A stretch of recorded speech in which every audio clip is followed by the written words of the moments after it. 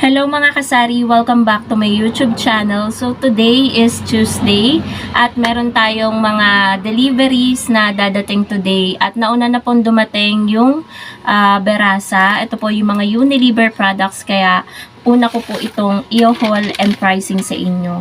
So meron po tayong bad news and good news.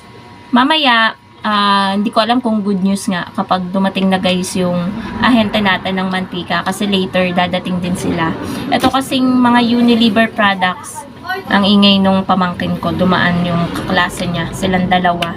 So, maaga kasi always dumadating yung delivery natin ng mga Unilever products. So, dito may napansin ako mga kasari. Ito yung bad news dahil meron pong tumaas dito yung shampoo.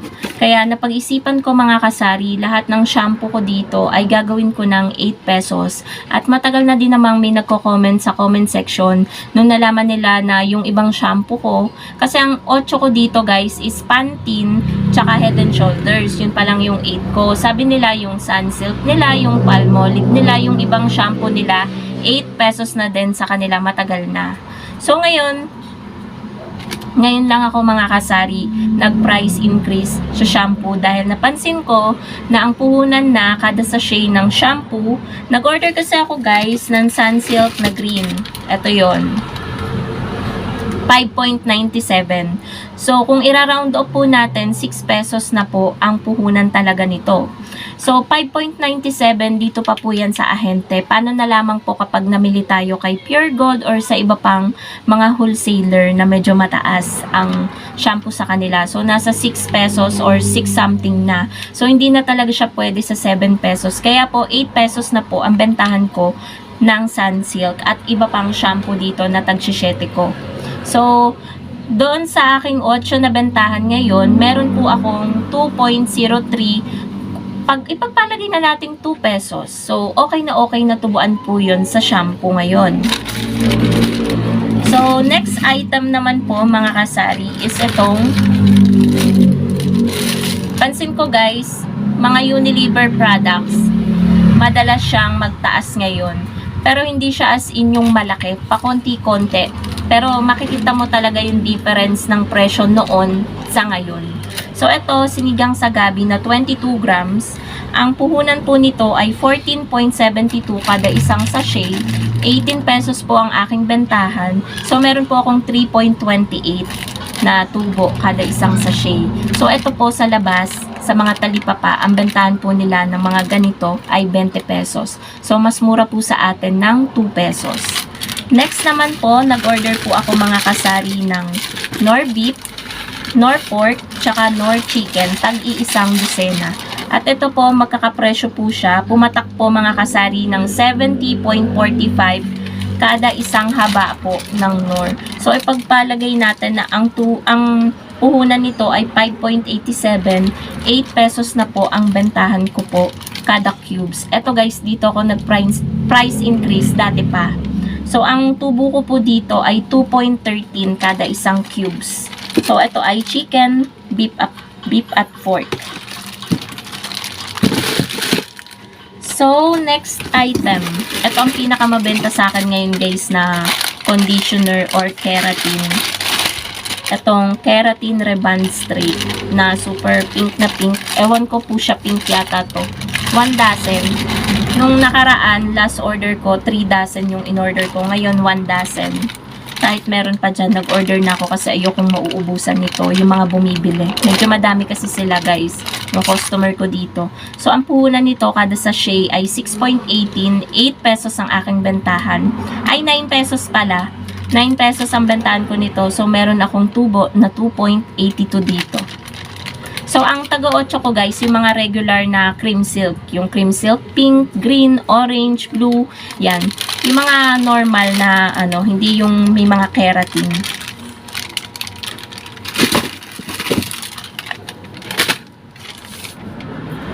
So, ayan guys, meron lamang bumili. At dito na tayo guys sa close-up. Alam nyo ba dati, ito ay sobrang mura. Pero ngayon, 10 pesos pa rin yung bentahan ko at ang puhunan na po nito ay 7.82. So, 10 pesos pa rin yung bentahan ko. Meron na lamang po akong 2.18 na ano dito. Dati kasi nabutan ko to 6.6, ganyan, 6 pesos. Pero 10 pa din nun yung bentahan ko. Ngayon, paliitan ng paliit yung tubo natin kasi hindi naman tayo nagpa-price increase. Okay pa naman tayo sa 2 pesos na tubo. Tapos guys, next naman is yung mga powder. Nag-order ako guys ng 18 pieces or isa't kalahating dosena ng Surf powder na white. Namamalat na naman ako. So, ito siya. Yun kasi ang bestseller violet and white. Yung violet ko nga, ubos na guys Wala na akong maibenta kanina. So, ito. 1 dozen and a half. So, bali 18 sachet. So, bali pumapatak mga kasari ng 6.43 kada isang sachet. So, 8 pesos yung bentahan natin. Meron lamang po tayong 1.57 na tubo kada sachet. So, alam ko sa iba, 9 pesos na bentahan nito or 10 pesos pa nga. So, meron naman tayong 2 dosena ng Surf powder na violet. After nitong vlog guys, ito ay hihimay-himayin ko na para ma-display ko na ito, yung 2 dozen. Hindi ko na kukuhanin lahat. So, ganun din yung puhunan niya, 6.43, 8 yung bentahan natin, 1.57 yung ating patong. Alam niyo ba guys, naka-discount ako dito. Dapat yung pagbabayaran ko, 762.91. Dahil naka-discount tayo ng 11.12, ang pinagbayaran ko na lang po ay 751.79. So, ayan po yung ating resibo. At later naman mga kasari, magbabalik ako. Aantayin lang natin yung ating ahente ng mantika. Kukuha lamang ako guys doon ng mantika, tsaka mga gamis, tsaka munggo. Yun lang kasi guys yung wala dito na ino-order ko sa ahente ko ng mantika. Update ko na lang kayo mamaya mga kasari.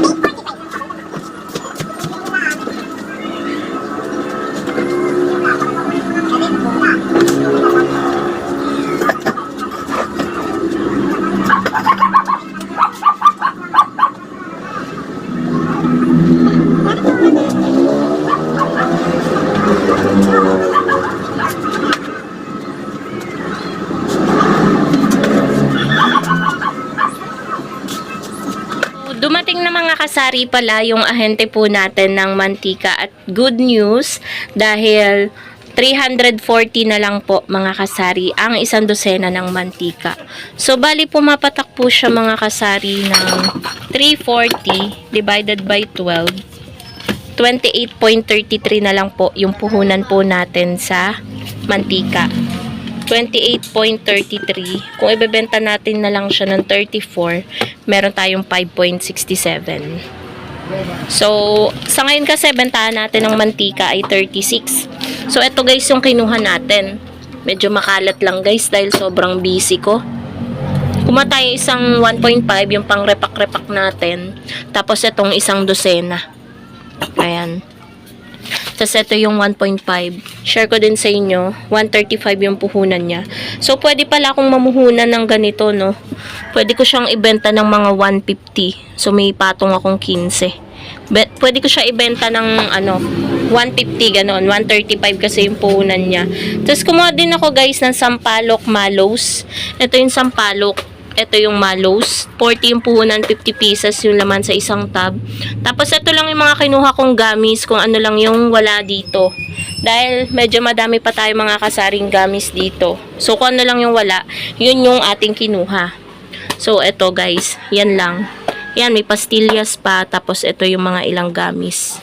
May nagpa-Gcash lang mga kasari, yung suki natin na taga dyan lang, nagtatrabaho dyan sa Ambers, yung kainan. So, tuwing Tuesday, nagpapadala siya ng 1,380 sa family niya. Tuwing Tuesday, kasi panghulog daw. So, ayun nga, mga kasari, yan yung mga kinuha lang natin sa ahente ng mantika. Mantika lang talaga, tsaka to. So, kumukuha sana tayo ng munggo, kaso wala pa daw munggo. So, by Monday, next week, Monday daw sila dadaan kasi Holy Week daw sa kaya Monday sila, baka may bakasyon sila. So, next Monday kasi is 14. Dapat tuwing Tuesday kasi sila 15. Siguro nagre-ready na sila, baka may out of town or outing sila ng 1 week. Kaya inagahan nila. Imbes na Tuesday sila, April 15 dadaan dito ulit. Ginawa nilang April 14, pinaaga nila ng 1 day. So, ayun po mga kasari, sana nag-enjoy po kayo dito sa aking vlog at na-update po kayo sa presyo ng mga bilihin dito sa aming lugar. Meron pong mga bumaba, meron pong tumaas.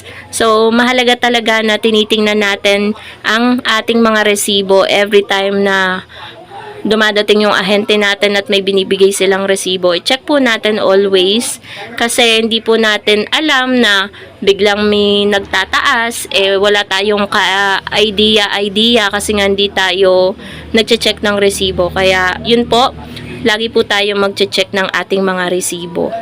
Yun lang po mga kasari. Thank you so much for watching and happy selling po sa inyong lahat.